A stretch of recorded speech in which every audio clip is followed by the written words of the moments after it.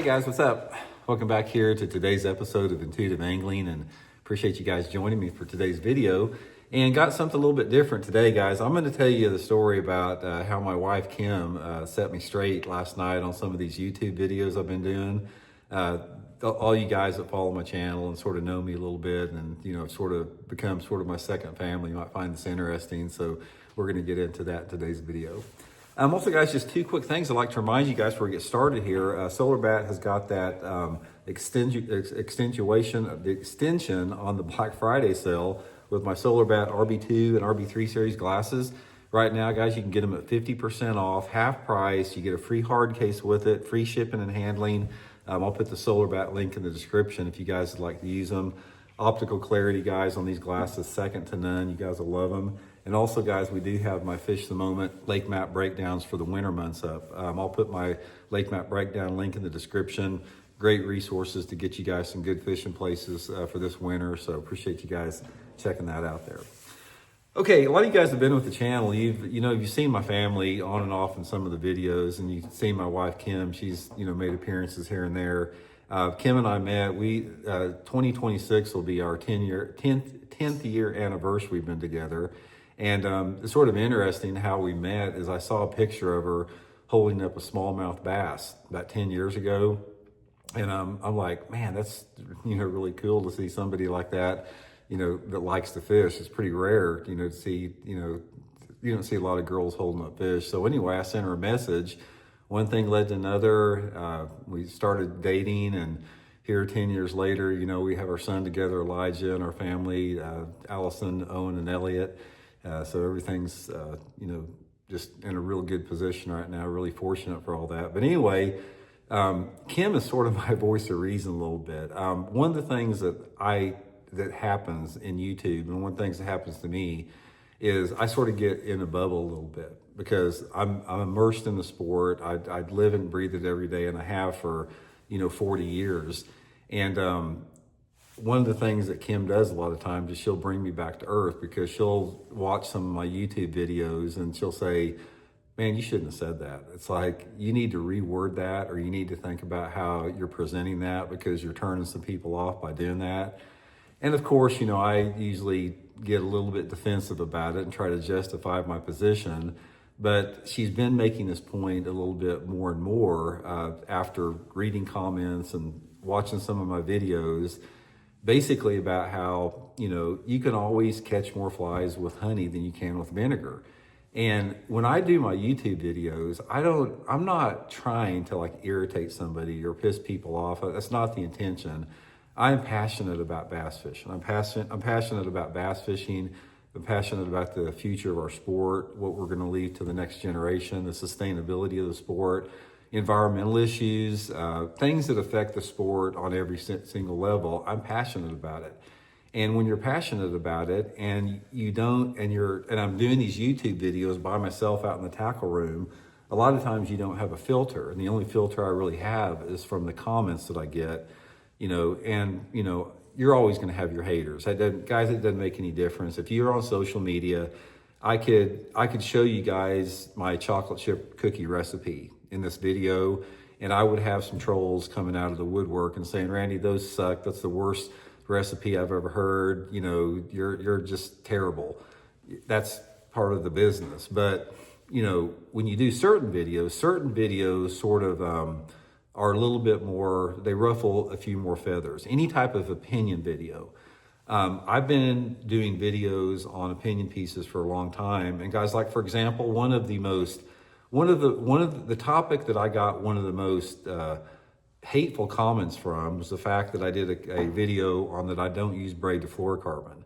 And also I don't use a drag on my spinning reel. I back reel and I use straight fluorocarbon. And guys, you would think that I insulted these guys' mom, by me actually insinuating that I think that braid to fluorocarbon is a terrible way to go. And I think using a drag is the worst way to fish a spinning outfit. You would literally think I insulted their mom, the comments that you get from that. So I understand that you can't be all things to all people, but one of the things that Kim always does, she'll read through some of my comments. She actually reads more comments than I do. I just don't read that many comments as far as, on all 3 channels because I get thousands of comments every week. So I don't have time to sit down and read all thousands of comments.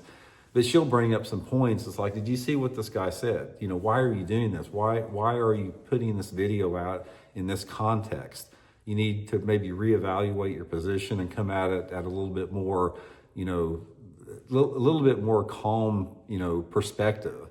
And I gotta admit, you know, she's right. You know, some of the videos that I do where I really get wound up about it, it probably comes across a little bit harsh. And I think what happens is I think that my hardcore fan base, the guys out there that just love the channel, they don't care at all. They're fine with, if I get bent out of shape or something about it or out on some rant, you know, they're okay with it because they really like the channel. But some people out there that may not be a fan of the channel for whatever reason, or there may be a neutral observer of the channel, a first-time visitor, sometimes that can rub them wrong. So one of the things that I'm going to do here, and you'll have to be patient with me because these are baby steps, because you can't just like change 360 in 1 second. I'm really going to make an effort to not necessarily tone down, but I'm going to try to come at topics from a little bit different angle in terms of not trying to offend people,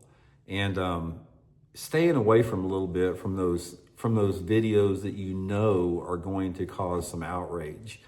And a lot of them you can't get past it, because it's like, for example, if I do a video on water pollution down in Florida, or they're spraying herbicides and chemicals on the vegetation in Florida, and I start getting into the reasons why and some of the underlying reasons why that a lot of people don't know, for whatever reason, something like that may rub somebody wrong. So I've got to come at it at a more, just sort of a more of a third party perspective, instead of just like, you know, trying to just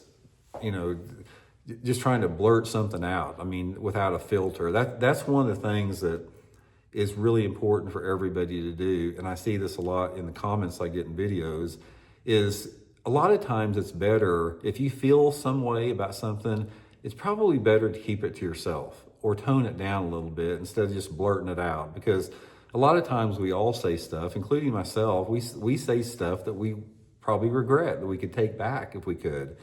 And one way to know that is people's reaction to it. So what I'm saying is one of the things that Kim points out to me is that this isn't a big percentage. We're talking about a small percentage of the viewerships that are outraged or just, you know, angry at some of the stuff I say. I'm going to put it like at about 10%.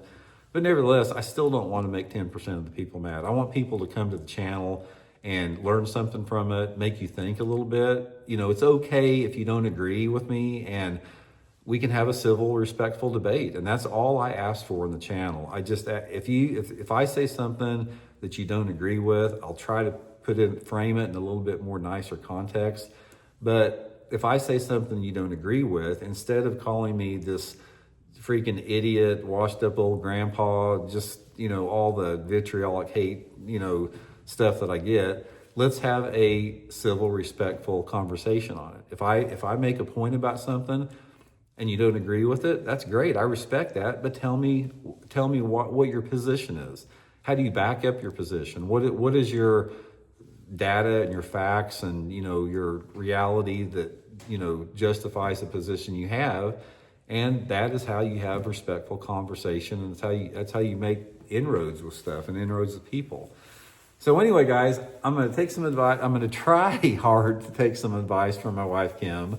And I'm going to really make that effort. Don't expect a big change overnight, like from night to day, but I'm really going to try to do some efforts to do better, to, you know, to make it where 10% of the people aren't mad about stuff. So anyway, guys, hope you're well. We'll talk later.